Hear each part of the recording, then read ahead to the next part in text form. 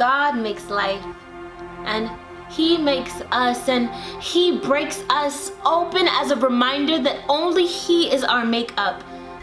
He conceals the foundations of the depths of our flaws and take those that are guilty and make them guilt-free. Forget the final verdict and the jury. This is our God. For no man can contend against our God and succeed.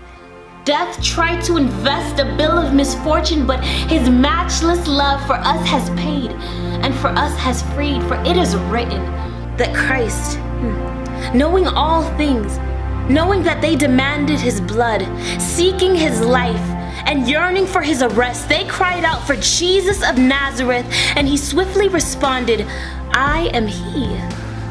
And to this response, they drew back and fell to the ground. And for this reason, the very things that seek to take your life will too draw back and fall to the ground, for nothing can war against His voice. Nothing can go against His sound. Your fears will draw back when you tell them who He is.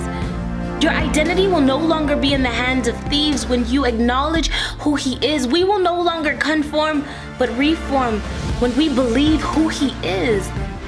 And God, to the God that flung the stars into the sky and dug the oceans with the tips of His fingers, I am convinced that you are greater and stronger above all things, bigger than the power of death, temptation, lies, and the many challenges that this life may bring. And when we walk through the fire, we will not break, but we might bend. But through the process, God, remind us that it is to make our hearts full and to make our hearts great again. And God, you are accurate. So overwhelm the smallness of our thinking.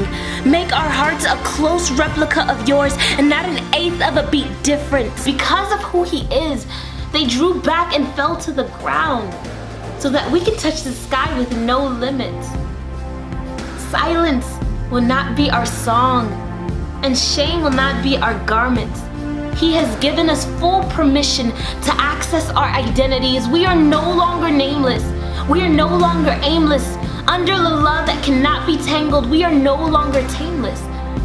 Christ replied, "I am He," so that we can be bold, pure, whole, more than conquerors, more than wanderers. He has created a home for us, and the address is His heart.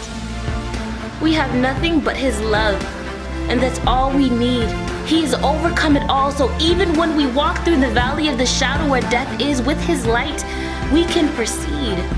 From the dust, He has picked together the intricacies and simplicities that make us. We are the ice, and He is the sculptor. His DNA and our DNA are made of the very words He speaks, and by no means are we called to bow or bend to society or to culture. Our identification came through His image and the love that led Him to the cross. Our life came when He said, "It is finished." Death started the battle, but the war God won when He said, "I am He."